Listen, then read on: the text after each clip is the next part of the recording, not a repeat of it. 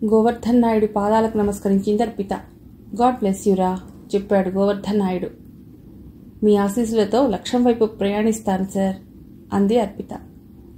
నువ్వు జాగ్రత్తగా ఉండు. బాజిరెడ్డి మనుషులు నీపై నిఘా వేసి ఉన్నారని తెలిసింది అన్నాడు గోవర్ధన్ నాయుడు. చక్రధర్ ఆశ్చర్యపోయాడు. పెద్దాయన ఇంట్లో ఉండే సమాచారం ఎలా సేకరించాడబ్బా అన్న సందేహం చక్రధర్ని మళ్లీ కదిలించింది. అర్పితకు వెన్నంటే ఉంటాం సార్. మాకేమైనా అయిన తర్వాతనే తనకు హాని జరుగుతుంది అన్నాడు రంగనాథుడు. సంజయ్ని దగ్గరగా పిలిచాడు గోవర్ధన్ నాయుడు. సంజయ్ నాయుడికి దగ్గరగా వెళ్ళాడు. సంజయ్ చేతులు పట్టుకుని, నువ్వు మంచి గట్టి పిండానివిరా అన్నాడు నాయుడు. మళ్ళీ తనే అర్పిత వెంట ఉండి మంచి చెడులు చూడు. ఎమ్మెల్యేగా ఆమెకు కొత్త కదా అన్నాడు గోవర్ధన్ నాయుడు. అలాగే సార్ చెప్పాడు సంజయ్. కృష్ణమనాయుడిని సైగ చేసి పిలిచాడు గోవర్ధన్ నాయుడు. కృష్ణ, వీరికి కావాల్సిన ఏర్పాట్లు ఏవైనా ఉంటే చూడు అన్నాడు. అలాగే నాయనా అన్నాడు కృష్ణమనాయుడు. 10 నిమిషాల తర్వాత అందరూ చక్రధర్ ఇంటికి బయలుదేరారు. అర్పితను చూడగానే సునంద సంతోషపడింది. అర్పిత సునంద పాదాలకు నమస్కరించింది. అప్పటికే అక్కడికి చేరుకున్న జంగిల్ బృందం ఆ సీన్ చూసి, పర్వాలేదు, అత్తగారికి బాగానే నమస్కార బాణం వేసింది అన్నాడు జంగిల్. మేడం, ఇప్పుడు మిమ్మల్ని అర్పిత అనాలా, ఎమ్మెల్యే గారు అనాలా సందేహం వ్యక్తం చేశాడు అహోబిళం. ఎమ్మెల్యే గారే అనాలి అంది నవ్వుతూ. అందరూ ఆమె నవ్వుతో శృతి కలిపారు. ఈ పదవులేవీ శాశ్వతం కాదు, మన స్నేహమే శాశ్వతం అంది అర్పిత వాళ్లను కృతజ్ఞతాపూర్వకంగా చూస్తూ. మా అప్పర్ణ వాళ్ళు ఇంకా రాలేదా అడిగింది. వస్తున్నారు చెప్పాడు సంజయ్. ఆ రోజు సాయంత్రం చిన్న ట్రీట్ ఏర్పాటు చేశారు. కాలేజీ సిబ్బంది, స్టూడెంట్స్ అందరూ వచ్చారు. ప్రిన్సిపల్ లక్ష్మీకాంతం బొకే ఇచ్చి అర్పితకు గ్రీట్ చేశాడు. I'm proud of you my child. మా స్టూడెంట్ చిన్న వయసులో ఎమ్మెల్యే కావటం సంతోషంగా ఉంది అన్నాడు. మాకు సంజయ్ లాంటి లవర్లుంటే మంత్రులం కూడా అవుతాం అంది రాజేశ్వరి. అందరూ భళ్ళున నవ్వారు. ఆ ట్రీట్కి కృతజ్ఞతగా అర్పిత మాట్లాడింది. దీన్ని పదవిగా నేను భావించడం లేదు. నా తండ్రిని నమ్ముకున్న ప్రజల కోసం అప్పగించిన బాధ్యతగా నేను భావిస్తున్నాను. ఈ మహాయజ్ఞంలో నేను ఒక సమిధనయ్యేందుకు సిద్ధంగా ఉన్నాను. ఈ అవకాశం కల్పించేందుకు, విజయం సాధించేందుకు సహకరించిన వారందరినీ నేను ఎప్పటికీ మర్చిపోలేను అంది అర్పిత. సంజయ్ కళ్ళలోకి చూస్తూ మాట్లాడింది. సరిగ్గా అదే సమయంలో మార్తాండ్ రెక్కీ వేసి ఉన్నాడు. అర్పిత బయటకు వచ్చే సమయం కోసం చూస్తున్నాడు. మార్తాండ్ను ముందుగా గమనించాడు జంగిల్. క్షణాల్లో సమాచారాన్ని సంజయ్కి చేర్చాడు. సంజయ్ మెదడు పాదరసల్లా పనిచేసింది. లోపల డిన్నర్ జరుగుతున్న సమయంలోనే సంజయ్ టీం అతడిని అటాక్ చేసింది. హఠాత్ పరిణామానికి విస్తుపోయాడు మార్తాండ్. కన్నుమూసి తెరిచేలోగా అతడి నుంచి ఆయుధాన్ని లాక్కుని సమీపంలోని పోలీస్ స్టేషన్కి అప్పగించారు. ఆ స్టేషన్ ఎస్ఐ శ్రీనివాస్ చక్రధర్ సిఫార్సుతో నియమించబడ్డ వ్యక్తి. గంట వ్యవధిలో అతడి ఎముకల్లో సున్నం లేకుండా కుళ్ళబొడిచాడు. ఎంత తన్నినా మార్తాండ్ ఒళ్లప్పగించాడు గాని విషయం చెప్పలేదు. గంట తర్వాత ఎస్ఐ చక్రధర్కి ఫోన్ చేసి విషయం చెప్పాడు. చక్రధర్కి విషయం అర్థమైంది. వాణ్ణి జైలుకు పంపినా బెయిల్పై మళ్లీ బయటకు వస్తాడు. మళ్లీ తమ శత్రువులకు ఆయుధం అవుతాడు. ఎస్ఐకి ఏం చేయాలో చెప్పాడు చక్రధర్. పక్క రోజు పోలీస్ పెట్రోలింగ్ సమయంలో పోలీసులపై అటాక్ జరిపి పారిపోతుండగా ఎన్కౌంటర్ జరిగినట్లు శ్రీనివాస్ అతడి డెత్ రికార్డ్ చేశాడు. బాజిరెడ్డి అవాక్కయ్యాడు. మార్తాండ్ పోలీసుల చేతిలో చిక్కి అసువులు బాయటం అతడు ఊహించలేదు. ఒకందుకు అతడు సంతోషించాడు. తమ గురించి సమాచారాన్ని బయటకు పొక్కకుండా చేశాడని ఆనందపడ్డాడు. కానీ అతడికి తెలియదు, ఎస్ఐ శ్రీనివాస్ అతన్ని లేపే ముందు తనని ప్రయోగించింది ఎవరో స్పష్టంగా చెప్పిన తర్వాతే కాల్చి చంపాడు. కోర్టుకి అప్పగించిన ఫలితం ఉండదని చక్రధర్ చేసిన సూచన మేరకే ఎన్కౌంటర్ చేసి శ్రీనివాస్ స్వామి భక్తి నిరూపించుకున్నాడు. మార్తాండ్ కాకుండా మరొకరవుతారు. దాన్ని వదలకూడదన్నయ్యా అన్నాడు సత్యారెడ్డి. వద్దు సత్య, కొద్ది రోజుల మౌనం వహిద్దాం, సమయం చూసి టార్గెట్ చేద్దాం అన్నాడు బాజిరెడ్డి. తలపంకించాడు సత్యారెడ్డి. ఎమ్మెల్యే అయిన తర్వాత నిర్వాసిత ప్రజలు, రైతులతో తొలి సమావేశం ఏర్పాటు చేసింది అర్పిత. ఆ సమావేశానికి జిల్లా కలెక్టర్ వామన్ రావు కూడా హాజరయ్యాడు. ప్రాజెక్ట్ నిలుపుదల చేయాలి, కొనసాగనివ్వం ముక్త కంఠంతో ఎలుగెత్తారు నిర్వాసిత ప్రజలు. కలెక్టర్ గారు, ఇప్పటికైనా పరిష్కారం వైపు వెళ్ళండి. ఎంతకాలం వీళ్ల సహనాన్ని పరీక్షించాలి అంది అర్పిత. ఎస్ మేడం అన్నాడు కలెక్టర్. అలా అన్నాడు గాని తనకు చీఫ్ సెక్రటరీ నుండి వచ్చిన ఆదేశాలు స్పష్టంగా ఉన్నాయి. ఆ రోజు ఉదయమే సెక్రటరీకి ఫోన్ చేశాడు. మిస్టర్ కలెక్టర్, ఇది చాలా సెన్సిటివ్ మ్యాటర్. నీకు ముందు ఉన్న కలెక్టర్స్ ఏం చేయాలో మీరు అదే చేయండి అన్నాడు చీఫ్ సెక్రటరీ. ప్రజలతో సమావేశం మొదలైంది. మళ్ళీ పిఎస్ ఫోన్ చేశాడు. కలెక్టర్, మీరు ఏమాత్రం మెత్తబడ్డా వాళ్ళు ఉద్యమాన్ని ఉధృతం చేస్తారు. పైగా ఎమ్మెల్యే మద్దతు కూడా వాళ్లకుంది కదా. Take care చెప్పాడాయన. కలెక్టర్ ఏమీ తేల్చకుండానే సమావేశం ముగించాడు. నేను ప్రభుత్వానికి రిపోర్ట్ పంపుతానమ్మా అన్నాడు. వారం రోజుల వ్యవధి తర్వాత సీఎంని కలిసింది అర్పిత. ఈ సమస్య చాలా కాలం నుండి నలుగుతున్నదే కదమ్మా. కలెక్టర్ నుండి రిపోర్ట్ వచ్చిన తర్వాత వర్కౌట్ చేద్దాం అన్నాడు సీఎం రఘువీరారెడ్డి. సార్, వారెంతో ఆశతో నన్ను ఎన్నుకున్నారు. ప్రాజెక్ట్ ఆపమని నేను చెప్పటం లేదు. వారు కోరేది భూమికి భూమి పరిహారం. మీరు పాజిటివ్గా రియాక్ట్ అయితే ఫలితం ఉంటుంది సార్ అంది. నిజమేనమ్మా, ఇది ఒక ప్రాంతం సమస్య కాదు కదా. అన్ని ప్రాంతాల్లో ఇలాంటి డిమాండ్స్ వస్తే మనం రాష్ట్రాల్లో ఎక్కడా ప్రాజెక్టులు కట్టలేం. నేషనల్ పాలసీని కూడా మనం ఫాలో అవ్వాలి కదా అన్నాడు సీఎం. సార్, మీరు అనుకుంటే సాధ్యం కానిదేముంది సార్ అంది అర్పిత. నేను శక్తివంచన లేకుండా ప్రయత్నిస్తానమ్మా అన్నాడు రఘువీరారెడ్డి. అలా చెప్పేటప్పుడు సీఎం స్వరంలోని నిజాయితీని అంచనా వేసేందుకు ప్రయత్నించింది అర్పిత. అర్పిత మనస్సు సంజయ్తో మనస్సు విప్పి మాట్లాడాలని పరితపిస్తుంది. 10 రోజులుగా ఆమె ప్రజల్ని కలవటంలో తలమునకలైంది. Sanjay Arpita daily programme design చేసి చెప్పడం తప్ప ఇతర విషయాలేవి మాట్లాడటం లేదు. సరదాగా ఒక జోక్ కూడా అతడి నోట్లో నుండి రావటం లేదు. గతంలో అల్లరిగా టీజ్ చేస్తూ కనిపించే అతడు వయస్సుకు మించిన గాంభీర్యం సంతరించుకోవటం ఆమెకు ఆశ్చర్యాన్ని ఇచ్చింది. అర్పిత తనకు తోడుగా అపర్ణని తెచ్చుకుంది. ఇంతకాలం సంజయ్ వెంటబడితే తను తప్పుకుని తిరిగింది. ఇప్పుడు సమయం చూసుకుని మాట్లాడాలని ప్రయత్నిస్తుంటే అతడు తప్పించుకుని వెళ్ళటం ఆమెకు చాలా బాధగా ఉంది. ఆ రోజు రాత్రి అపర్ణని అడిగింది, సంజయ్ ఎందుకు ఇలా చేస్తున్నాడే? ఇలా అంటే ఎలా అంది అపర్ణ. నాతో సవ్యంగా మాట్లాడటం లేదు. అదేంటే, ఉదయం నుండి నీ పనులే కదా అతడు మానిటర్ చేసేది. ఒక పిఏ లాగా, ఒక అటెండర్ లాగా నీ పనులన్నీ అతడే కదా చేసేది అంది అపర్ణ. అతడి మొహంలో ఒక చిరునవ్వు కూడా లేదే అంది అర్పిత. ఇలా గతంలో ఎందుకు ఆలోచించలేదు నువ్వు అంది అపర్ణ. అప్పుడు అతడిపైన ఏ ఫీలింగు లేదు అంది అర్పిత. కాదు, ఇప్పుడు నీకు పొజిటివ్నెస్ పెరిగింది. అతడు నాకే కావాలన్న స్వార్థం పెరిగింది. అది తప్ప కాదు. అతడు నువ్వు కావాలనుకుంటున్నావు. అతడు నీ గెలుపు కావాలని అనుకుంటున్నాడు. నేను నమ్ముకున్న ప్రజల ఆశలు వమ్ము కాకూడదని అతడు రాత్రింబవళ్ళు కష్టపడుతున్నాడు అంది అపర్ణ. అతడు నా సంజయ్గా నాకెప్పటికీ దక్కడా నిర్వేదంగా అంది అర్పిత. నీ ఫీలింగ్ అర్థమయ్యే 2 రోజుల క్రితమే అడిగాను, సంజయ్ అర్పితని ఎందుకు అవాయిడ్ చేస్తున్నావు అని. అతడేం చెప్పాడో తెలుసా? తనిప్పుడు ఒక శాసనసభ్యురాలు. ఆమె పదవిని గౌరవించడం మన బాధ్యత. నా ప్రవర్తన ఆమెకు తలవంపులు కాకూడదని అన్నాడు. అపర్ణ చెప్పింది. దగ్గరుండి దూరం కావడం అంటే ఇదేనా అనుకుంది అర్పిత. వాస్తవ పరిస్థితులను అంచనా వేసి రిపోర్ట్ ఇవ్వదలిచాడు కలెక్టర్ వామన్ రావు. ఆ విషయమే చెప్పాడు పిఎస్కి. పిఎస్ గంట తర్వాత ఫోన్ చేసి మీరు తక్షణం హైదరాబాద్ వచ్చి బాజిరెడ్డిని కలవమని సూచించాడు. సీఎంకి నివేదిక ఇవ్వడానికి ముందు కలెక్టర్ వామన్ రావు బాజిరెడ్డిని కలిశాడు. కలెక్టర్ సాబ్, ప్రాజెక్ట్ ఆగితే కోట్ల రూపాయల నష్టం ప్రభుత్వానికి, కాంట్రాక్టర్కి కూడా వస్తుంది. మేమప్పుడు చాలా పరేషాన్ అవుతాం చెప్పాడు. ముంపు గ్రామాల ప్రజలు సహకరించకుండా ఎంతకాలం ముందుకు వెళ్ళగలం సార్? చాలా ఇబ్బంది అవుతుంది. అందుకే కదయ్యా మేము నీకు ఆర్థికంగా సహకరిస్తున్నాం అన్నాడు సత్యారెడ్డి నవ్వుతూ. 2 కోట్ల నా సూట్ కేసు ముందుకు జరిపాడు. వామన్ రావు కళ్ళు మెరిశాయి. కలెక్టర్ నివేదిక చూసి హతాశురాలైంది అర్పిత. కలెక్టర్ తన నివేదికలో భూమికి భూమి పరిహారం ప్రతిపాదన సాధ్యం కాదు. అలా ఇచ్చిన చరిత్ర దేశంలో ఎక్కడా లేదు. ఒకవేళ ఇవ్వాలనుకున్నా భూమి సేకరించడం సాధ్యం కాదు తేల్చి చెప్పాడు. కలెక్టర్ నివేదిక సంజయ్ అర్పితను కుగ్గదీసింది. ప్రజల తరపున ఎమ్మెల్యే చేసిన విజ్ఞప్తులు ఆ ఐఏఎస్ అధికారి ముందు, చెవిటివాడి ముందు పెట్టిన శంకువులయ్యాయి. డిప్రెషన్కి లోనయ్యారు. సంజయ్ సిటీ చేరుకున్నాడు. గంటకల్లా అతడి మిత్ర బృందం చేరుకుంది. సంజయ్ వరిగా ఉండటం చూసి చక్రధర్ అడిగాడు, ఏమిట్రా అలా ఉన్నావు? కలెక్టర్ నివేదిక తప్పుగా ఇచ్చాడు నాన్న. ఈ పరిణామం చక్రధర్ ముందుగా ఊహించిందే. అధికారులు తెల్ల ఏనుగుల్లాంటి వారని సంజయ్కి తెలియదు.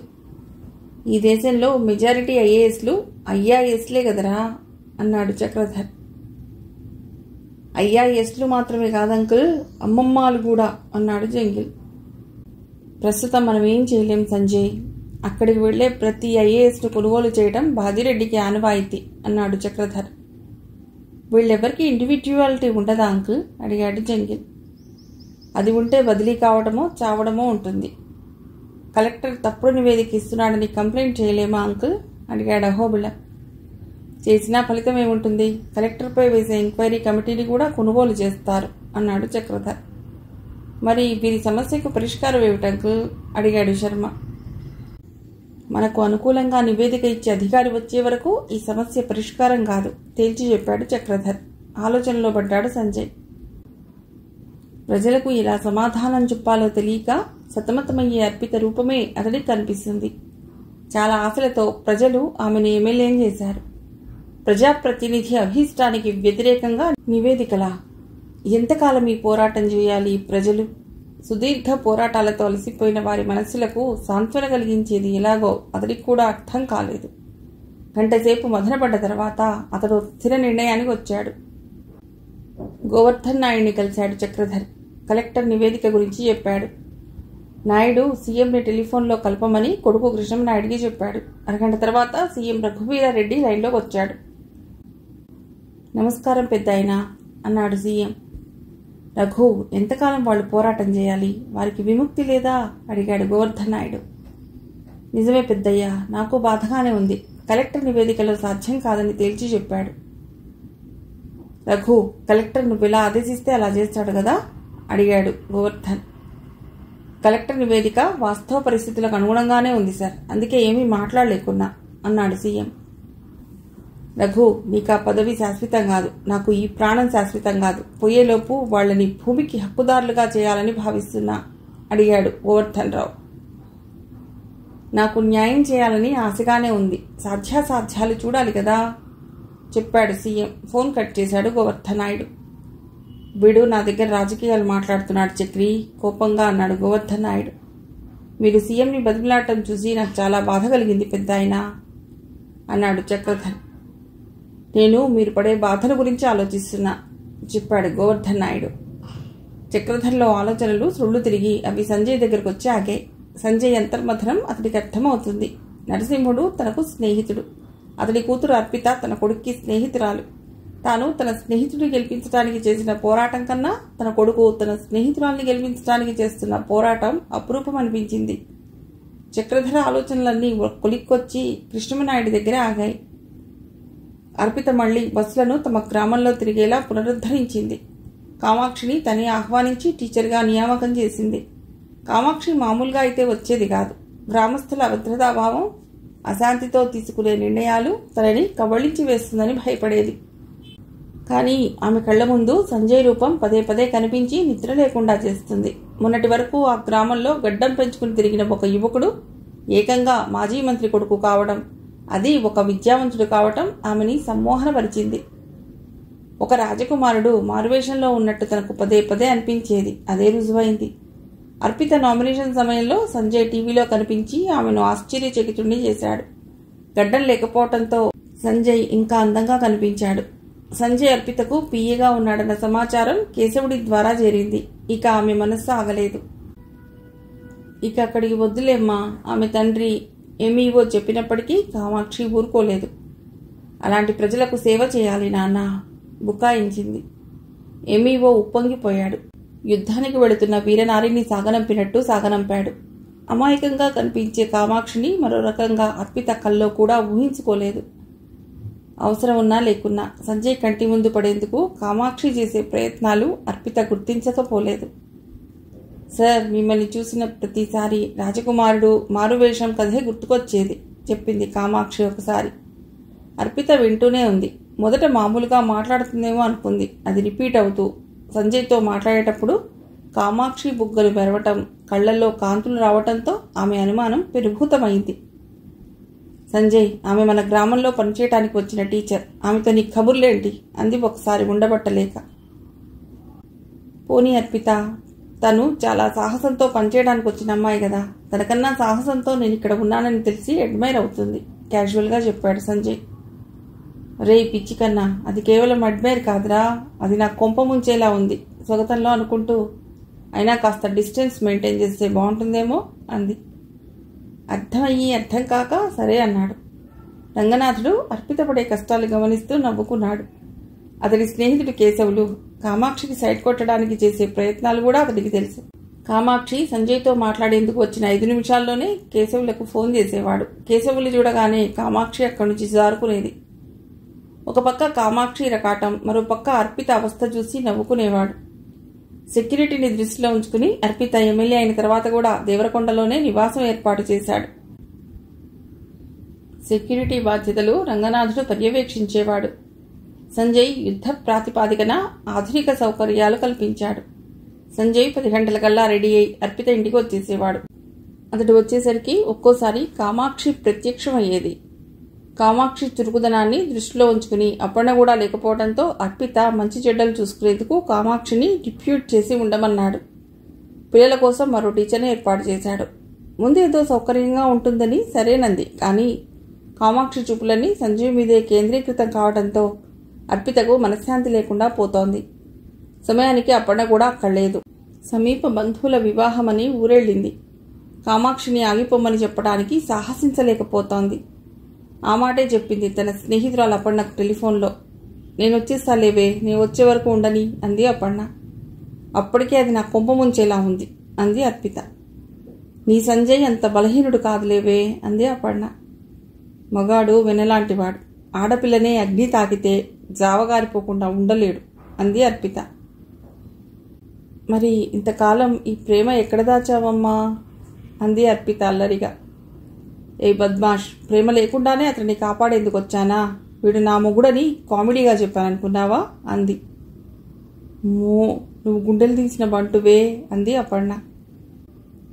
సర్లే, నన్ను పొగిడింది చాలు, వచ్చి నాకు ఈ సవతి పోరు లేకుండా చూడు అంది అర్పిత. అప్పన్న పడి పడి నవ్వుకుంది. నీతో మాట్లాడాలి అర్పిత అడిగాడు సంజయ్.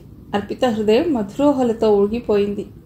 ఎమ్మెల్యే అయిన తర్వాత ఏ రోజు అతడు ఐ లవ్ యూ చెప్పలేదు. బహుశా తను అతడికి దక్కకపోదన్న నమ్మకం వల్ల కావచ్చు. కానీ అతడి తరహా ధోరణి ఆ విధంగా లేదు. కళ్లలో ప్రేమ కనిపిస్తున్నది, కానీ మాటల్లో గతంలో తొంగి చూసిన అల్లరి, కవ్వింపు వంటివేవీ లేవు. అటువంటిది ఆ రోజు నీతో మాట్లాడాలి అర్పిత అనగానే ఆమె మనస్సు దూది పింజేలా మారిపోయింది. అతడు తన ప్రేమను వ్యక్తీకరిస్తాడనే ఆశపడింది. కానీ సంజయ్ చెప్పిన విషయం విని అర్పితకు గుండాగినంత పనైంది. సంజయ్, ఇంత సడన్గా ఈ నిర్ణయం ఏమిటి అడిగింది అర్పిత. సారీ అర్పిత, వెంటనే చెప్పలేను అన్నాడు సంజయ్. ఢిల్లీ వెళ్తున్నాను, మళ్ళీ ఎప్పుడు ఎలా వస్తానో తెలియదు. 1 year తర్వాత రాగలనేమో. ఈ ఏడాది ఎలాగోలా మేనేజ్ చేసుకో. అతడన్న మాటలు ఆమె చెవుల్లో ప్రతిధ్వనించాయి. తాను అడిగినా ఇక చెప్పడని అర్థమైంది. నేను నిన్ను ఒంటరిని చేసి వెళుతున్నానని అనుకోకు. రెగ్యులర్గా కాంటాక్ట్లో ఉండి నీ యాక్టివిటీస్కి కోఆపరేట్ చేస్తూనే ఉంటా అన్నాడు సంజయ్. ఆమెకు దిగులుగా అనిపించింది. అర్పిత, నువ్వు కేవలం 18 గ్రామాలకే ఎమ్మెల్యేవి కాదు. నీ మీద నమ్మకంతో వందలాది గ్రామాల ప్రజలు ఉన్నారు. ముంపులకు గురయ్యే గ్రామాల ప్రజలతో పాటు ఇతర గ్రామాల ప్రజలు కూడా నీకు ఓటు వేసిన వారి జాబితాలో ఉన్నారు. ఈ ఏడాది వారికి విద్య, వైద్యం, వసతి సౌకర్యాల కల్పన కోసం కృషి చేయి. నిర్వాసిత గ్రామాల ప్రజల సమస్యకు శాశ్వత పరిష్కారం కోసం కృషి చేద్దాం. నేను ఢిల్లీ స్థాయిలో కూడా వీరి సమస్యను కేంద్ర ప్రభుత్వ దృష్టికి కూడా తీసుకువెడతాను అన్నాడు సంజయ్. భారమైన సరేనంద అర్పిత. భారమైన హృదయంతో రంగనాథుడు, దేవకి అందరూ వీడ్కోలు పలికారు. గ్రామంలో కామాక్షిని పక్కకు తీసుకెళ్లి చెప్పాడు సంజయ్. కామాక్షి, మేడంని జాగ్రత్తగా చూసుకో. ఇక్కడి పరిస్థితులు ఎప్పటికప్పుడు నాకు చెప్పు అన్నాడు. పక్కకు తీసుకెళ్లి చెప్పేంత రహస్యాలేమిటో. అంత బాధలో కూడా సంజయ్ మీద అర్పిత చిరచిరలాడింది. అర్పిత పైన అంత జాగ్రత్త ఎందుకు తీసుకుంటున్నాడో, తనని జాగ్రత్తగా చూసుకోమని చెప్తున్నాడో ఆమెకు అర్థం కాలేదు. అర్పిత, నీకు కామాక్షి తోడుగా ఉంటుంది. తనని ఎప్పటికీ నీ దగ్గర పెట్టుకో అన్నాడు సంజయ్. ఎప్పటికీ నా దగ్గర పెట్టుకోవడం ఏమిటి? అదేమైనా నాకు తల్లా చెల్లా అనుకుంది స్వగతంలో. నీకు కామాక్షి చెల్లెల్లాంటిది, తనని కూడా జాగ్రత్తగా చూసుకో అర్పిత అన్నాడు సంజయ్. విన్నట్టు లోపల ఉడుక్కున్నా సరేనంది. సంజయ్ మిత్ర బృందానికి, అర్పిత మిత్ర బృందానికి ఎంత బుర్రలు బద్దలు కొట్టుకున్నా సంజయ్ ఢిల్లీకి ఎందుకు వెళుతున్నాడో అర్థం కాలేదు. తెలిసిన చక్రధర్ మాత్రం నోరు తెరిచి సంజయ్కి ఇచ్చిన మాట మేరకు భార్యకు చెప్పలేదు. 1 సంవత్సరంలో సాధ్యమా అడిగాడు కొడుకుని. విల్ పవర్ ఉంటే సాధ్యమే నాన్న అన్నాడు సంజయ్ తండ్రితో.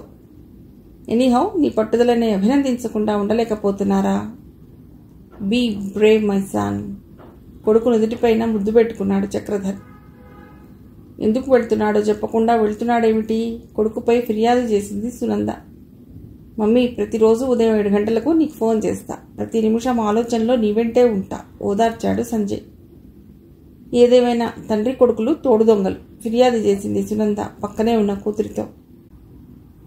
Rajiv Gandhi international airport. సంజయ్కి సెండ్ ఆఫ్ ఇవ్వడానికి వచ్చారు అతడి మిత్రులు, తల్లి, తండ్రి, రంగనాథుడు, అర్పిత అందరూ.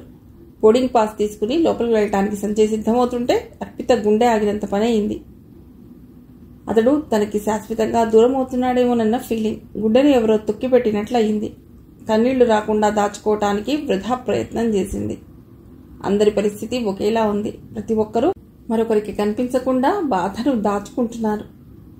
అర్పితకు పరుగున వెళ్లి అతన్ని కావులించుకుని వెళ్లొద్దని వేడుకోవాలనుంది.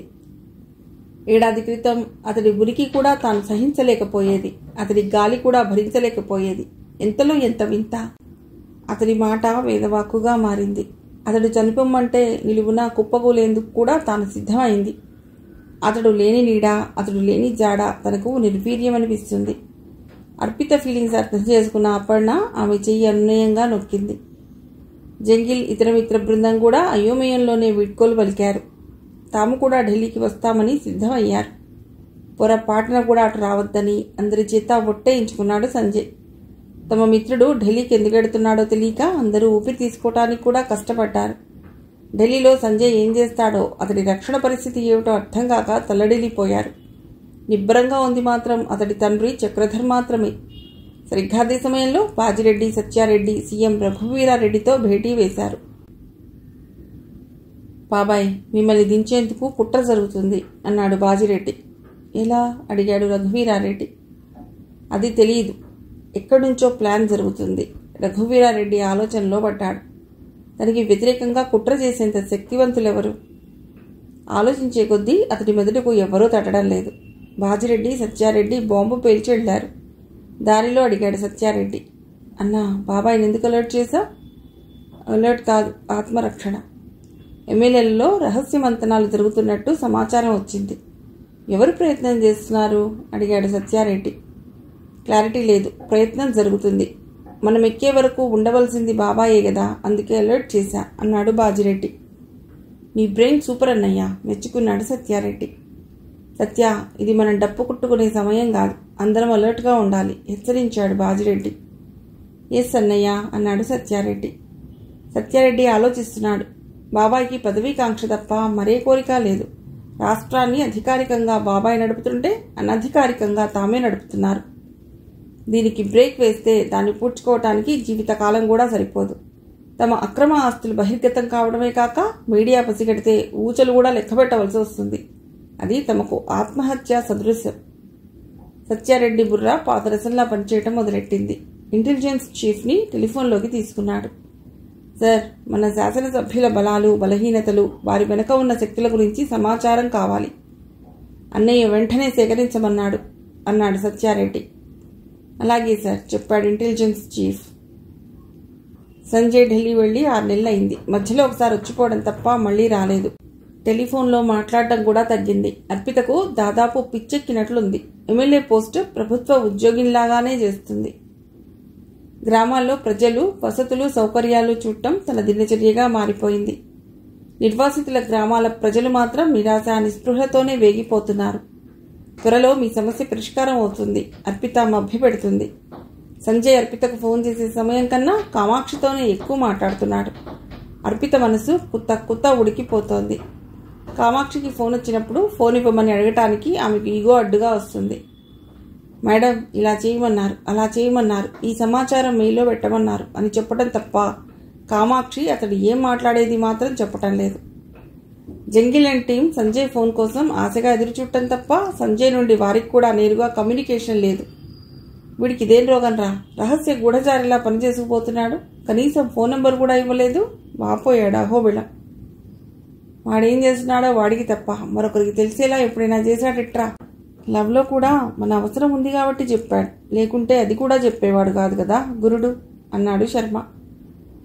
నిజమేరా, మనమంతా ఆవారాగా వాడితో తిరుగుతుంటే వాడు మాత్రం సీరియస్గా రాత్రిళ్ళు చదివి ప్రతి సెమిస్టర్లోనూ మార్కులు కొట్టేవాడు గుర్తు చేసుకున్నాడు పరదేశ్. అరే బడుద్దాయి, వాడు ఏకసంథాగ్రాహి. అయినా ఇప్పుడు మనం పెట్టింది సంజయ్ భజన సమావేశం కాదు, వాడి ఆచూకీ పట్టేందుకు వీలున్న మార్గాల గురించి అన్వేషించటానికి అన్నాడు జంగిల్. అప్పుడే అక్కడికి వచ్చారు సల్మానా, శకుంతల, అపర్ణలు. అరే వాడి గురించి రోజుల తరబడి ఆలోచించటం తప్ప మా గురించి ఆలోచించేదేమైనా ఉందా అడిగింది శకుంతల. ఏం ఆలోచించాలి అమాయకంగా అన్నాడు పరదేశ్. నాకు నిఖా చేసేందుకు మా అబ్బాజాన్ తొందరపడుతున్నాడు, కుర్రవాణ్ణి చూసిపెట్టు అంది సల్మానా. నరికి నిన్ను మీ అయ్యని పోగులేస్తా అన్నాడు పరదేశ్. రేయ్ బడుద్దాయి, అందులో వాళ్ళబ్బా దిట్ట, ఎముక తెలియకుండా మాంసం పోగులేస్తాడు చెప్పాడు అహోబిళం. సరే ఇప్పుడు ఏం చేద్దాం అడిగాడు శర్మ. ఏం చేయాలో త్వరగా ఆలోచించండి, మనకు పెళ్లిళ్ల గురించి ప్లాన్ చేయండి అంది శకుంతల. అవును, నేను అర్పిత దగ్గర ఉంటానన్నా మా అమ్మ నాన్న ఒప్పుకోలేదు, వెంటనే వచ్చేయమని కబురు పంపితే అక్కడి నుంచి వచ్చేసా.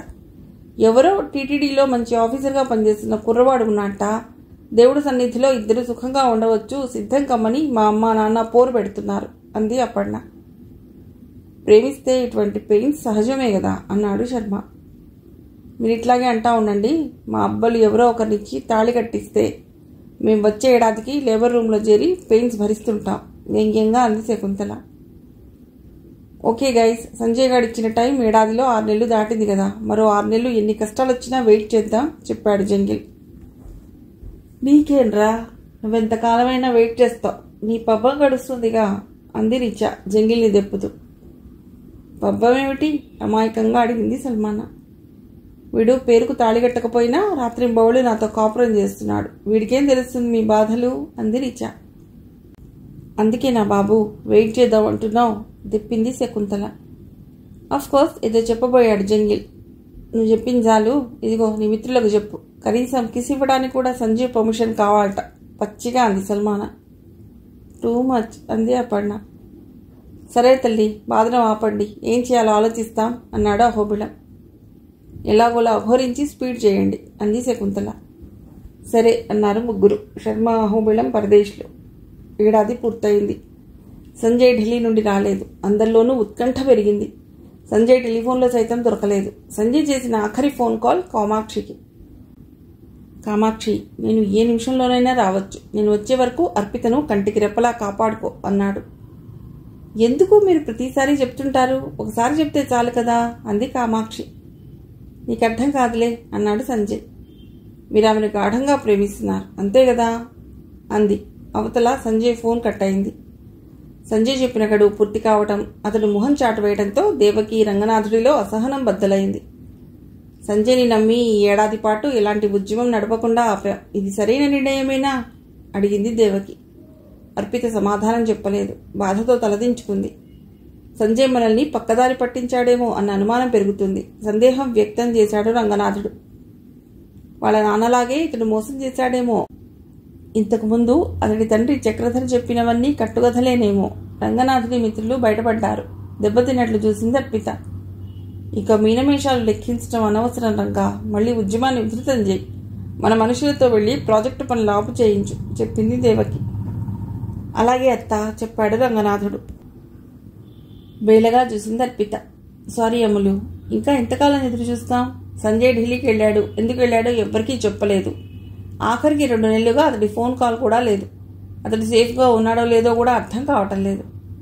మమ్మల్ని ముందుకు సాగని అమ్ములు అన్నాడు రంగనాథుడు. సరే బావా, మీ ఇష్టం అంది అర్పిత. మళ్ళీ ఉద్యమం ఉధృతమైంది.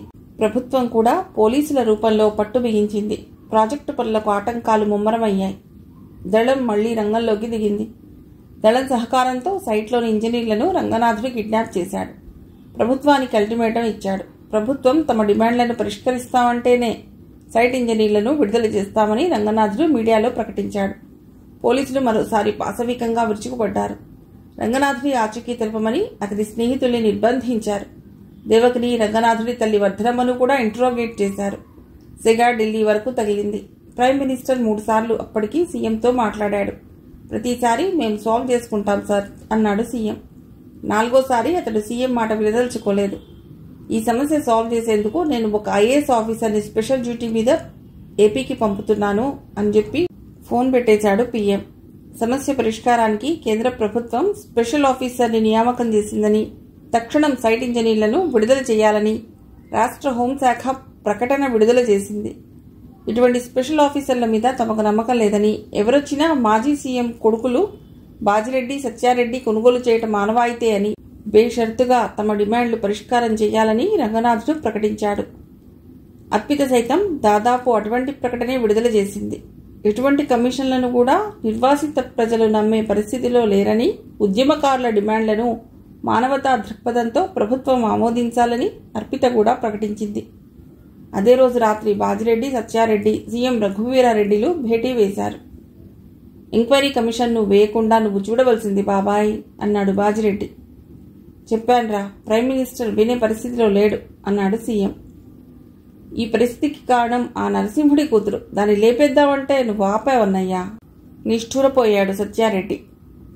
అవునరా, నువ్వు చెప్పింది నిజమే, దాని ఎండ చూసుకునే వాళ్ళు విజృంభిస్తున్నారు అన్నాడు కోపంగా బాజిరెడ్డి. పక్క నిమిషం టెలిఫోన్ చేశాడు. అవతల ఎవరో వ్యక్తి ఫోన్ తీశాడు. అన్నా చెప్పన్నా అడిగాడతడు. చేయవలసింది చెప్పాడు బాజిరెడ్డి. ఎమ్మెల్యేని చంపితే ప్రభుత్వానికి చెడ్డ పేరు వస్తుందిరా, నీకెందుకు, నేను కమిషన్ను మేనేజ్ చేస్తా కదా అన్నాడు సీఎం. అయినా నీకు అమాయకత్వం ఎక్కువైంది బాబాయ్. ఎంక్వైరీ ఆఫీసర్ చాలా స్ట్రిక్ట్ మనిషిట, జీతం డబ్బులు తప్ప ఏది ఆశించట అన్నాడు బాజిరెడ్డి. అయినా ఏదో చెప్పబోయాడు సీఎం. ఇక నువ్వు రెస్ట్ తీసుకో బాబాయ్, ఇక ఈ గేమ్ నువ్వు ఆడలేవు, అన్నయ్యను సీఎం చేద్దాం సత్యారెడ్డి ప్రతిపాదించాడు. రఘువీరారెడ్డి మిత్రపోయాడు. సారీ బాబాయ్, నువ్వు దిగటమే మంచిదని నేను భావిస్తున్నాను అన్నాడు బాజిరెడ్డి. రఘువీరారెడ్డి కాళ్ల కింద భూమి కదిలింది. అతడి ఆలోచనలు అర్థం చేసుకుని, ఏటి బాబాయ్, నాయన దగ్గరకు వెళ్లాలని కోరికగా ఉందా అడిగాడు సత్యారెడ్డి. తన అన్నబిడ్డలు ఎంత దుర్మార్గులో రఘువీరారెడ్డికి తెలుసు. సొంత తండ్రినే పొట్టన పెట్టుకున్న వాళ్ళు ఇక వాళ్లతో వాదించి లాభం లేదనుకుని, సరే మీ ఇష్టం అన్నాడు పొడిపొడిగా సీఎం. గుజరాత్ నుండి వచ్చిన అరుణ్ పాండేను దించాడు బాజిరెడ్డి. అరుణ్ అధునాతన రైఫిల్స్ ని అతి లాఘవంగా ఉపయోగించడంలో నిపుణుడు, బీటెక్ గ్రాడ్యుయేట్. అర్పితను తమ గ్రామంలో షూట్ చేయడం సాధ్యం కాదని అతడికి అర్థమైంది. గత 4 రోజులుగా ఆమె ప్రోగ్రామ్ షెడ్యూల్ సంపాదించాడు. అందుకు మీడియా వ్యక్తుల సహకారం తీసుకున్నాడు. అర్పిత వెళ్లే అన్ని గ్రామాల్లో ప్రజలు ఆమెకు రక్షక కవచంగా ఉంటారని అతడికి అర్థమైంది. ఒకవేళ ఎక్కడ షూట్ చేసినా మళ్లీ తాను ప్రాణాలతో బయటపడడం అసాధ్యం. అర్పితను టార్గెట్ చేయడానికి అతడికి లభించిన ప్రదేశాలు 2. అందులో 1 కలెక్టరేట్, 2 పిఎస్ బంగ్లా. జిల్లా కలెక్టర్ పిఎస్లతో అర్పిత రెగ్యులర్ కాంటాక్ట్లో ఉంటుంది. 2 రక్షణ కేంద్రాలే. అర్పితకు 2 వైపులా శిక్షణ పొందిన ప్రైవేట్ వ్యక్తులు రక్షణగా ఉన్నారు. దళంలో శిక్షణ పొందిన నిష్ణాతులైన యువకుల్ని అర్పితకు రక్షక కవచంగా ఏర్పాటు చేశాడు రంగనాథుడు. అరుణ్ పాండే 10 రోజులుగా వేసిన రెక్కి ఆ రోజు కొలిక్కొచ్చింది. నిర్వాసిత ప్రజల కోసం వేసిన కమిషన్ వివరాలను తెలుసుకునేందుకు కలెక్టరేట్కు బయలుదేరింది అర్పిత. ఆమె ప్రయాణిస్తున్న స్కార్పియోలో ముందు సీట్లో కామాక్షి కూర్చుంది. మధ్య సీట్లో ప్రభుత్వం ఏర్పాటు చేసిన మహిళా గన్మెన్లు అర్పితకు చెరోవైపు ఉన్నారు. కలెక్టరేట్లో దిగేందుకు అర్పిత సిద్ధమవుతున్న క్షణాల్లో అనూహ్యంగా పరిణామం జరిగింది. కలెక్టరేట్ మెట్ల దగ్గర భిక్షగాడి రూపంలో ఉన్న ఒక యువకుడు అసహజంగా కదలాడటం ముందుగా కామాక్షి గుర్తించింది. ఆమెకెందుకు అనుమానం వచ్చింది. మిగతా సిబ్బంది చుట్టుపక్కల చూస్తూ ఉన్నారు. భిక్షగాడి రూపంలో ఉన్న అరుణ్ పాండే తాను కప్పుకున్న రగ్గు వెనక నుండి పిస్టల్ తీయడం కామాక్షి గుర్తించింది. ఆమె క్షణం కూడా ఆలస్యం చేయలేదు. మేడం అంటూ అర్పిత ముందు వైపుకు వచ్చింది. అరుణ్ పాండే పేల్చిన బుల్లెట్ నిర్దాక్షిణ్యంగా ఆమె ఛాతీలోకి దూసుకుపోయింది. ఆయుధాలతో అనుసరిస్తూ వస్తున్న దళ సభ్యులు, సెక్యూరిటీ సిబ్బంది ఫైర్ ఏకకాలంలో ఓపెన్ చేశారు. అరుణ్ దేహం బుల్లెట్లతో చిల్లుబడింది. ఇక కొద్ది క్షణాల్లో ఊపిరిపోతుందనగా కామాక్షికి సంజయ్ గుర్తొచ్చాడు. Sir, madam safe sir. ఆమె పెదవులు వణికాయి, కళ్ళు భారంగా మూతలు పడ్డాయి. ఢిల్లీలో ఉన్న సంజయ్ మీడియా ద్వారా విషయం తెలుసుకుని షాక్ అయ్యాడు. కామాక్షి తండ్రి మండల విద్యాధికారిగా ఉన్న రమణమూర్తికి ఫోన్ చేశాడు. సారీ సార్, మీకు కలిగిన ఈ నష్టాన్ని భర్తీ చేసే శక్తి మాకు లేకపోవచ్చు. కానీ నిస్సందేహంగా తాను చేసిన ప్రాణత్యాగాన్ని వృధా పోనివ్వం. వృద్ధమైన కంఠంతో చెప్పాడు సంజయ్. అర్పితకు ఫోన్ చేశాడు. అర్పితకు కన్నీళ్ళు ఆగలేదు. సంజయ్, ఎక్కడున్నారు మీరు అంది. అర్పిత ఏదో మాట్లాడబోయేలోపు అవతల లైన్ కట్ అయింది. అర్పిత, త్వరలో వస్తున్నా అన్నాడు సంజయ్. ఇడియట్, టార్గెట్ మిస్ చేశాడు అరిచాడు బాజిరెడ్డి. షూట్ చేసి మంచి పని చేశారు. ప్రాణాలతో దొరికి ఉంటే మన పేర్లు చెప్పి ఉండేవాడు అన్నాడు సత్యారెడ్డి. సత్య, జరగవలసింది చూడు. ఢిల్లీ నుండి వచ్చే ఎంక్వైరీ ఆఫీసర్ పేరు బయటకు చెప్పడం లేదుట. అతడు హైదరాబాద్ చేరిన తర్వాత తామిచ్చే మెసేజ్ ఆధారంగా రిసీవ్ చేసుకోమని ప్రైమ్ మినిస్టర్ ఆఫీస్ జిల్లా కలెక్టర్కి మెసేజ్ పెట్టిందిట చెప్పాడు బాజిరెడ్డి. అంత సీక్రెట్ ఎందుకో బుగ్గలు నొక్కుకున్నాడు సత్యారెడ్డి. ముందుగా తెలిస్తే మనం కొనుగోలు చేస్తామని భయమేమో అన్నాడు నవ్వుతూ సత్యారెడ్డి. అవకాశం ఉంటే కొనుగోలు చేస్తాం, లేకుంటే మన నాన్న దగ్గరకు పంపుతాం, అది నార్మలే కదా నవ్వుతూ అన్నాడు బాజిరెడ్డి. స్టేట్ మన కంట్రోల్లో ఉందన్న విషయం వెర్రిగన్నాయలు మర్చిపోయినట్లున్నారు నవ్వుతూ అన్నాడు సత్యారెడ్డి. సరే, ఇంతకీ మన బాబాయ్ దుకాణం సర్దుకున్నాడా లేదా ఆరా తీశాడు బాజిరెడ్డి. ఇష్టం లేకపోయినా తప్పదు కదా అన్నయ్య అన్నాడు సత్యారెడ్డి. కమిషన్ తేదీ ఖరారు చేసింది. నిర్వాసితులపై ప్రజల్ని ఒకవైపు, లబ్ధి పొందే రైతుల్ని మరోవైపు సమావేశపరిచాడు జిల్లా కలెక్టర్. పీఎం ఆఫీస్ నుండి వచ్చిన ఆదేశాల్ని అతడు అమలు చేశాడు. ఆ సమావేశాన్ని అర్పిత, దేవకి, చక్రధర్, కొందరు దళ ముఖ్య నేతలు ఆహార్యం మార్చుకుని రంగనాథుడు హాజరయ్యారు. మధ్యాహ్నం 3 గంటలు అవుతుండగా ప్రోటోకాల్ వెహికల్తో ఎస్పీ వెంటరాగా కమిషన్ చీఫ్, అతడి బృందం హాజరైంది. కమిషన్ చీఫ్ని చూడగానే అందరూ నిటారుగా నిలబడ్డారు. అర్పిత కళ్ళు నిలుపుకుని మరీ చూసింది. ఆమెకి షాకింగ్గా ఉంది. దేవకి, రంగనాథుడి పరిస్థితి అందుకు భిన్నంగా లేదు. చక్రధర్ మాత్రమే గంభీరంగా, నిబ్బరంగా దీపస్తంభంలా ఉన్నాడు. సంజయ్ 23 సంవత్సరాల యువకుడు కేంద్ర ప్రభుత్వ ప్రతినిధిగా రావటం అందరికీ ఆశ్చర్యంగా ఉంది. జిల్లా కలెక్టర్ వామన్ రావు నమస్కారం చేశాడు. అతడిని ఎక్కడో చూసినట్టుగా ఉందే అనుకున్నాడు. చెప్పండి కలెక్టర్, ఈ ప్రాజెక్టు పూర్వపరాలు చెప్పండి అడిగాడు సంజయ్. ఎస్ సార్ అన్నాడు వామన్ రావు. సంజయ్ని గుర్తించిన నిర్వాసిత ప్రజలు ఆనందంతో కేరింతలు కొడుతున్నారు. కలెక్టర్ మాట్లాడే ముందు ఈ నియోజకవర్గం ఎమ్మెల్యే గారు పరిచయం చేశాడు. సంజయ్ మర్యాదపూర్వకంగా నమస్కారం చేశాడు. అర్పిత కళ్ళలో చూస్తున్నట్లుగా చేతులు జోడించి నమస్కారం చేసింది. సంజయ్ అర్పితను ఒక అపరిచితురాలాగానే చూశాడు. దేవకి, రంగనాథుడు కూడా అప్రయత్నంగా నమస్కారం చేశారు. కలెక్టర్ ప్రాజెక్టు పూర్వపరాలు, డీటెయిల్స్ చెప్పిన తర్వాత అక్కడ సమావేశమైన ప్రజలను ఉద్దేశించి మాట్లాడటం మొదలెట్టాడు. ప్రియమైన ప్రజానికానికి, ప్రాజెక్టులు ఆధునిక దేవాలయాలన్న జవహర్లాల్ నెహ్రూ మాటల్ని మనం ఎప్పటికీ స్ఫురణకు తెచ్చుకోవాలి. అదే సమయంలో ఆ దేవాలయాలకు దూరంగా నిలబడిపోయే, అంటరానితనంతో మగ్గిపోయే నిర్వాసిత ప్రజలను కూడా గమనంలోకి తీసుకోవాలి. నేను ఇక్కడికి రాకముందు ఈ ప్రాజెక్టు తాలూకు పూర్వపరాలు నేను విశ్లేషించాను. 20 సంవత్సరాలుగా భూమి కోసం పోరాటం చేస్తున్న నిర్వాసిత ప్రజల మనోభావాలు కూడా తెలుసుకున్నాను. రావణ కాష్టంలా రగులుతున్న ఈ సమస్య పరిష్కారం గురించి భారత ప్రధాని కూడా ఆందోళన చెందుతున్నారు. వారి ఆదేశాల మేరకే నేను ఇక్కడికి వచ్చాను. నాదైన పరిష్కారాన్ని సాధించగలనన్న ఆశాభావంతోనే నేనున్నాను. జిల్లా కలెక్టర్ గారికి ఇరు వర్గాల ప్రజలను సమావేశపరచమని హెచ్చరించడం వెనుక అంతరార్థం సామరస్య పరిష్కార సాధనే. ఇందుకుగాను నేను ఒక ప్రతిపాదన చేస్తున్నాను. ప్రాజెక్టు ద్వారా తమ భూమి రేటు పెరిగిందని ఆనందించేవారు కొందరైతే, తమకున్న కొద్దిపాటి భూమి చేజారిపోతుందని బాధపడుతున్న వారు మరికొందరు. సంజయ్ ఉపన్యాసాన్ని రెప్పవేయకుండా వింటున్నారు ప్రజలు. అతడు ఏం చెప్తాడా అన్న సందిగ్ధంతో మీడియా, పరిశీలకులు అందరూ ఆసక్తిగా చూస్తున్నారు. సంజయ్ ఒక్క నిమిషం ప్రాజెక్టు ద్వారా లబ్ధి పొందే ప్రజల వైపు ఒకసారి చూసి మళ్లీ మొదలెట్టాడు. కొంత బాధాకరమైన లబ్ధి పొందే ప్రజలు ఈ ప్రతిపాదన పరిశీలించాలి. అదేమిటంటే, ప్రాజెక్టు ద్వారా నీటి సౌకర్యం పెరిగి భూమి ధర అమాంతంగా పెరిగిపోతున్న రైతాంగంలో కనీసం 10 ఎకరాలు ఉన్నవారు 1 ఎకరాన్ని ప్రభుత్వానికి అప్పగించాలి. అలా సేకరించిన భూమిని నిర్వాసితులైన ప్రజలకు ప్రభుత్వం పంపిణీ చేస్తుంది. కోల్పోయిన భూమికి ప్రభుత్వం నష్టపరిహారాన్ని మీకు అందజేస్తుంది. చెప్పడం ఆపి లబ్ధి పొందుతున్న రైతాంగం వైపు చూశాడు. నిర్వాసితుల్లో హర్షాతిరేకం మిన్నంటింది. లబ్ధి పొందే ప్రజల్లో అయోమయం మొదలైంది. సంజయ్ మళ్లీ మొదలెట్టాడు. నిర్వాసితులైన ప్రజలు సంతృప్తి చెందిన తర్వాత ప్రాజెక్టు పనులు మొదలవుతాయి. ఇది నా మాట మాత్రమే కాదు, ప్రధాని సూచన అన్నాడు సంజయ్. పెద్ద ఎత్తున చర్చ మొదలైంది. 3 రోజుల్లో వాళ్ళు తమ అభిప్రాయాలు చెప్పమనండి జిల్లా కలెక్టర్కి సంజయ్ చెప్పాడు. జిల్లా కలెక్టర్ అనౌన్స్ చేశాడు. అర్పిత అభినందనగా సంజయ్ కేసు చూసింది. ఇప్పుడిప్పుడే కొద్దిగా అర్థమైంది ఆమెకి. సమావేశం అయిపోయింది.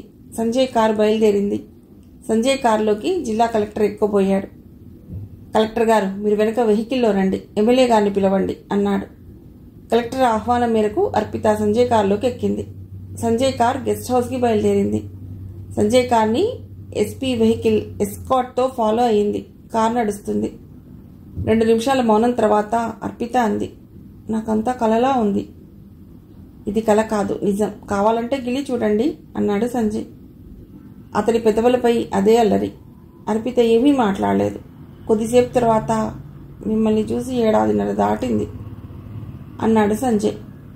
కొద్ది నిమిషాల మౌనం తర్వాత అర్పిత ఏదో మాట్లాడబోయింది. అంతలోకి గెస్ట్ హౌస్ వచ్చింది. సంజయ్ గెస్ట్ హౌస్ చేరేసరికి హాట్ లైన్లో మెసేజ్ వచ్చింది. లైన్లో సీఎం. మినిస్టర్ సంజయ్, మీ ప్రతిపాదన అమలైతే చరిత్ర సృష్టించిన వారవుతారు అన్నాడు సీఎం. అప్పటికే సీఎంకి ఇంటెలిజెన్స్ ద్వారా సమాచారం చేరిందని అర్థమైంది సంజయ్కి. 10 నిమిషాల వ్యవధిలో దేవకి, రంగనాథుడు, చక్రధర్ కూడా గెస్ట్ హౌస్ చేరుకున్నారు. నీ ప్రతిపాదన చారిత్రాత్మకమవుతుంది అన్నాడు చక్రధర్ కొడుకును అభినందనగా చూస్తూ. అమ్మా బావున్నారా? దేవకిని పరామర్శించాడు సంజయ్. దేవకి కళ్ళు ఆనందంతో మెరిశాయి. మీరు 7 ఏడాది తర్వాత వస్తానని చెప్తే కారణాలెందుకో మాకెవరికీ అర్థం కాలేదు. 7 ఏడాది తర్వాత పెద్ద ఆఫీసర్ అయి మా సమస్య పరిష్కారం కోసం వచ్చారు ఆనందంగా అన్నాడు రంగనాథుడు. అంతలోకి ఎస్పీ లోనికి వచ్చాడు. సార్ మీకు ఫోన్ సార్ ఇచ్చాడు ఎస్పీ అటెన్షన్ పే చేసి.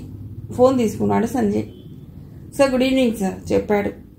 మిస్టర్ సంజయ్, అక్కడ లా అండ్ ఆర్డర్ ప్రాబ్లం రాకుండా చూసుకోండి. మీ ఎఫర్ట్స్ మీరు పెట్టండి. Best of luck. లైన్లో ప్రైమ్ మినిస్టర్. ఎస్ సార్ చెప్పాడు సంజయ్. బాబాయ్, స్పెషల్ ఆఫీసర్గా ఢిల్లీ నుండి వచ్చింది చక్రధర్ గాడి కొడుకుట చెప్పాడు బాజిరెడ్డి.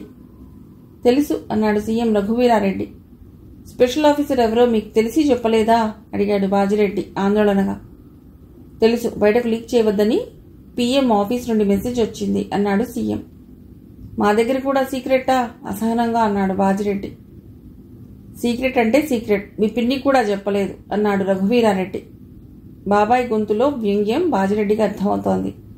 బాబాయ్, మీరు మా దగ్గర కూడా సీక్రెట్స్ దాచుతారని అనుకోలేదు అన్నాడు సత్యారెడ్డి.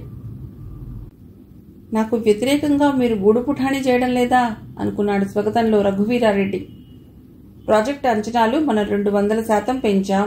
ఈ విషయం వాడికి అర్థమైతే మనం నష్టపోతాం చెప్పాడు బాజిరెడ్డి. అంచనాల విషయంలో అతడికి సంబంధమే ఉంది అన్నాడు సీఎం. అదేమిటి బాబాయ్, మీరంత అమాయకంగా అడుగుతున్నారు? ఆంధ్రప్రదేశ్లోని అన్ని ప్రాజెక్టుల పర్యవేక్షణకు, నిర్వాసితుల హక్కుల పర్యవేక్షణకు అతన్ని ప్రైమ్ మినిస్టర్ స్పెషల్ ఆఫీసర్గా నియామకం చేశారట అన్నాడు సత్యారెడ్డి. డోంట్ వరీ, నేనున్నా కదా అభయం ఇచ్చాడు సీఎం. 3 రోజుల వ్యవధి తర్వాత చర్చల మీద చర్చలు జరిపి ప్రాజెక్టు ద్వారా లబ్ధి పొందే రైతాంగం ఒక నిర్ణయం ప్రకటించింది. ప్రాజెక్ట్ ఆగితే మొదటికే మోసం వస్తుందన్న ప్రాప్త కాలజ్ఞత వారిలో విచక్షణ పెంచింది. ప్రభుత్వ ప్రతిపాదన మేరకు 10 ఎకరాలు ఉన్న రైతు ఎకరా ఇవ్వటానికి అంగీకరించాడు. నిర్వాసిత రైతులు ఆనందంతో నాట్యం చేశారు. భూమికి భూమి పరిహారం కావాలన్న వారి కాంక్ష సాకారానికి రంగం సిద్ధమైంది. అర్పిత ఆనందంతో సంజయ్ని కౌగిలించుకుంది. సంజయ్ మిత్ర బృందం ఆనందానికి అవధులు లేవు. సంజయ్ ఐఏఎస్ పూర్తి చేసి ఆఫీసర్గా రావడమే కాక అర్పితను గెలిపించేందుకు అతడు పడ్డ శ్రమ చూసి వారి కళ్ళన్నీ సముద్రాలయ్యాయి. అర్పిత మిత్ర బృందం పరిస్థితి కూడా అలాగే ఉంది. ఉపసంహారం. అర్పితకు తొలి రాత్రి. సంజయ్ పాదాలకు నమస్కరించింది. ఆమె కళ్ళు ధారాపాతంగానే ఉన్నాయి. ఇదంతా ఏడుపే అన్నాడు అల్లరిగా. కాదు, ఆనంద భాష్పాలు చెప్పింది అర్పిత. ఇది తెలుగు సినిమా డైలాగ్ కవ్వింపుగా అన్నాడు. కావచ్చు, ఇది నిజం. నా కోసం ప్రాణాలకు తెగించారు. నన్ను గెలిపించడం కోసం కేవలం 7 ఏడాది వ్యవధిలో ఐఏఎస్ సాధించారు. ఇదంతా నాకు ఒక కలగానే ఉంది. కరిగిపోతుందేమోనని భయంగా ఉంది. చప్పున అర్పిత పెదాలపై ముద్దు పెట్టుకున్నాడు. అతడి పెదాల తడిని ఆమె తుడుచుకోలేదు. సంజయ్ కళ్ల ముందు ఢిల్లీలో జరిగిన దృశ్యాలు కదలాడాయి. ఐఏఎస్ ఆల్ ఇండియా ర్యాంక్ సాధించిన తర్వాత యూపీఎస్ఎస్సీ చైర్మన్ ఠాకూర్ని కలిశాడు సంజయ్. సార్, నా వివరాలు మీడియాకి ఇవ్వకండి సార్. రాత్రిళ్ళు కేవలం 2 గంటలు నిద్రపోయి నేను ఈ ర్యాంకు సాధించాను. నాకు ఐఏఎస్ మీద నాకు ఫ్యాషన్ లేదు సార్.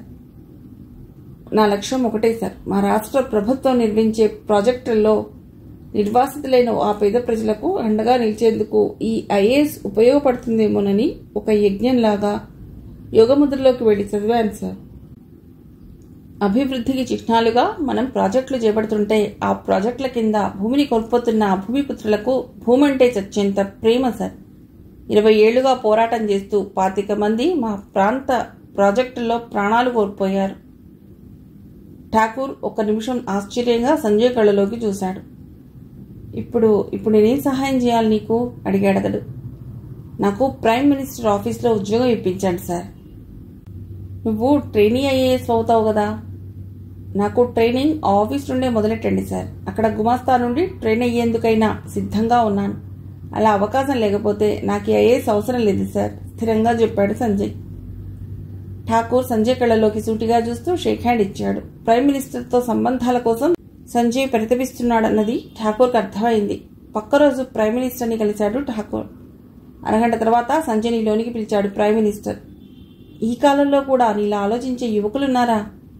ఐఏఎస్ పై మోజుతోనో లగ్జరీ జీవితం కోసమో సోషల్ స్టేటస్ కోసమో చదివే వాళ్ళని చూశా. ఓకే, నీకే ట్రైనింగ్ అవసరం లేదు. ఆంధ్రప్రదేశ్లో నడిచే అన్ని ప్రాజెక్టుల పరిశీలనకు పర్యవేక్షణకు నేను స్పెషల్ ఆఫీసర్గా నియామకం చేస్తున్నాను. గో ఎహెడ్ చెప్పాడు ప్రైమ్ మినిస్టర్. సంజయ్కి ఒక నిమిషం ఏమీ అర్థం కాలేదు. ఒక్క నిమిషం అప్రయత్నంగా వంగి ప్రధాని పాదాలను కళ్ళకద్దుకున్నాడు సంజయ్. నా ప్రశ్నకు సమాధానం చెప్పలేదు, మరోసారి అడిగింది అర్పిత. వాస్తవంలోకి వచ్చాడు సంజయ్. ఆమెను మరింత దగ్గరగా తీసుకుని ఏమడుగుతున్నావు నువ్వు అడిగాడు తమకంగా. అదే, ఇదంతా ఎలా సాధించావు అంది మత్తుగా అతడిపైకి వాలిపోతూ. నువ్వంటే నాకు చచ్చేంత ప్రేమ కదా, ఇక సాధ్యం కానిదేముంది అన్నాడు ఆమె చెవిలో గుసగుసగా. నిగ్రహంగా ఉండటం ఆమెకి ఇక సాధ్యం కాలేదు. పార్టీ సమావేశం జరుగుతుంది. రాష్ట్ర సీఎం రఘువీరారెడ్డి చేసే ప్రసంగం కోసం అందరూ ఆసక్తిగా ఎదురు చూస్తున్నారు. పార్టీ అత్యవసర సమావేశం అని పిలిపించడంతో రాష్ట్ర వ్యాప్తంగా ఉన్న నాయకులందరూ హాజరయ్యారు.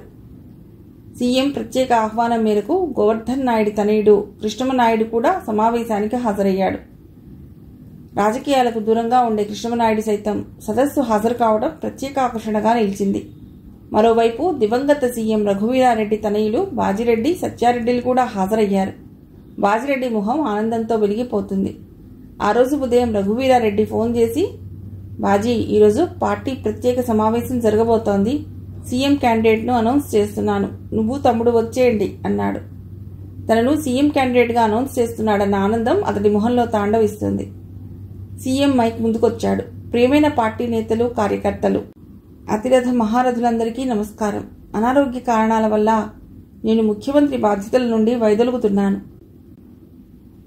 మా అన్న రాఘవరెడ్డి ఆశయాలను కొనసాగించే ప్రతినిధిని ప్రతిపాదించాలనుకుంటున్నాను అని చెప్పి ఆగాడు. అందరిలోనూ ఉత్కంఠ. బాజిరెడ్డి, సత్యారెడ్డి ఒకరి మొహాలు ఒకరు చూసుకుంటూ ముసలాడు నసబెట్టకుండా అనౌన్స్ చేయవచ్చు కదా అనుకున్నారు. నా రాజకీయ వారసుడిని ప్రకటించే ముందు పార్టీ దృష్టికి ఒక నిప్పులాంటి నిజాన్ని తేవాలనుకుంటున్నాను. మా అన్న, మన ప్రియతమ నేత రాఘవరెడ్డిది సహజ మరణం కాదు. బాజిరెడ్డి మొహంలో రంగులు మారాయి. విషప్రయోగంతోనే అతడు చనిపోయాడు. దీనికి సంబంధించిన నేరస్తులను చట్టానికి పట్టివ్వడం ముఖ్యమంత్రిగా నా బాధ్యత. సీఎంగా పోలీసులకు నేను ఇస్తున్న ఆఖరి ఆదేశం ఇది. సభకుల్లో కలకలం చెలరేగింది. ఎవరి పేరు చెప్తాడా అని ఉత్కంఠతతో ఎదురుచూస్తున్నారు. విషప్రయోగం చేసింది ఎవరో తెలిసి ఇంతకాలం మౌనం వహించినందుకు చట్టం నన్ను శిక్షిస్తే దానికి సిద్ధంగానే ఉన్నా. ఒక నిమిషం ఆగాడు రఘువీరారెడ్డి. పక్క నిమిషం వేదిక వైపు చూస్తూ, నేను ప్రకటిస్తున్న నా రాజకీయ వారసుడు కృష్ణమనాయుడు. ఇవ్వడం తప్ప పార్టీ నుండి ఏమీ ఆశించని కుటుంబం వారిది. అతడి తండ్రి గోవర్ధన్ నాయుడు మాటంటే మా అన్నకు వేదవాకు. అటువంటిది అతడు కోరిన సీటు ఇవ్వకపోయాను. కానీ అతడు గెలిపించిన అమ్మాయి అర్పితను పార్టీ అసోసియేషన్ సభ్యురాలిగా చేసుకోవాలని నేను కోరుతున్నాను అని చెప్పడం ఆపి, మిస్టర్ డీజీపీ, ఎరల్స్ దెమ్, బాజిరెడ్డి, సత్యారెడ్డిలను చూపిస్తూ అన్నాడు. మా అన్న బిడ్డలే. ఆయన్ని విషప్రయోగంతో చంపేశారు. పదవీకాంక్షతో ఇన్నాళ్లు నేను మౌనం వహించాను. పశ్చాత్తాపం ప్రకటించాడు సీఎం. ముందుగా ఇచ్చిన సమాచారం మేరకు మఫ్టీలో హాజరైన డీజీపీ బాజిరెడ్డి, సత్యారెడ్డిలను అరెస్ట్ చేయడానికి ముందుకొచ్చి పోలీసులను అలర్ట్ చేశాడు. ఇదంతా మోసం, మా నాన్న ప్రతిష్టను దెబ్బతీసే కుట్ర అరిచాడు బాజిరెడ్డి. సారీ బాజిరెడ్డి గారు, మీ నాన్నను మీరే చంపినట్టు ధృవీకరించే సీడీని ముందుగా సీఎం గారు మాకు చేర్చారు అన్నాడు డీజీపీ. రే డీజీపీ, నీకు ఈ కుట్రలో భాగస్వామ్యం ఉందా అరిచాడు సత్యారెడ్డి. ఆ క్షణం రఘువీరారెడ్డిని బాజిరెడ్డి చూసిన చూపు అతడెప్పుడూ మర్చిపోలేడు. బాబాయ్, నిన్ను మేం సీఎంని చేస్తే నువ్వు మాకే బేడీలు వేయిస్తావా? నీ అంతు చూస్తా. బాజిరెడ్డి స్వరంలో హుంకరింపు. నువ్వేం చేసినా సిద్ధమే, అంతే తప్ప నీలాంటి వారి చేతికి రాష్ట్రాన్ని అప్పగించలేను. రఘువీరారెడ్డి కళ్లల్లో భావాలకు శబ్దరూపం అది. 5 నిమిషాల సేపు సభాస్థలిలో గందరగోళం చెలరేగింది. 2 నిమిషాల తర్వాత సభనుద్దేశించి కృష్ణమనాయుడు సీఎం ఆహ్వానం మేరకు మాట్లాడేందుకు ముందుకొచ్చాడు. సమావేశ స్థలం హర్షధ్వానాలతో మారుమోగింది. కృష్ణమనాయుడు జిందాబాద్ నినాదాలతో ప్రాంగణం మిన్నంటింది. సభకు నమస్కారం. రాజకీయాలు చేయడం నాకు తెలీదు, మా నాన్నకి ఇంకా తెలీదు. ప్రజల కోసం పనిచేయడం అంటే మా నాన్నకు విపరీతమైన ఆపేక్ష. రాజకీయాల పేరుతో మా నాన్న ఉన్న ఆస్తినంతా పోగొట్టినా మా అమ్మ ఏ రోజు బాధపడలేదు. భర్త అభీష్టానికి ఎప్పుడూ వ్యతిరేకంగా వ్యవహరించలేదు. కానీ అమ్మ చావు బతుకుల మధ్య ఉన్నప్పుడు కూడా నాన్న లేడు. అమ్మ హాస్పిటల్లో ఉంటే మా నాన్న ప్రజల్లో ఉండేవాడు. అమ్మ చనిపోయేటప్పుడు ఒక్కటే చెప్పింది, మీ నాన్నలా నువ్వు రాజకీయాల్లోకి వెళ్లకు నాన్న అంది. అందుకే నాన్న ఎంత ప్రోత్సహించినా నేను రాజకీయాల్లోకి రాలేదు. మా నాన్న మాట ఇక ఏదైనా నాకు వేదవాక్కు. ఆయన అభ్యర్థనను అర్పితమ్మ సీటు విషయంలో పార్టీ నిరాకరించినప్పుడు నేను మానసికంగా చాలా వ్యధకు గురయ్యాను. మాటకు విలువ ఇచ్చే మా నాన్న బాధ చూసి విలవిల్లాడిపోయాను.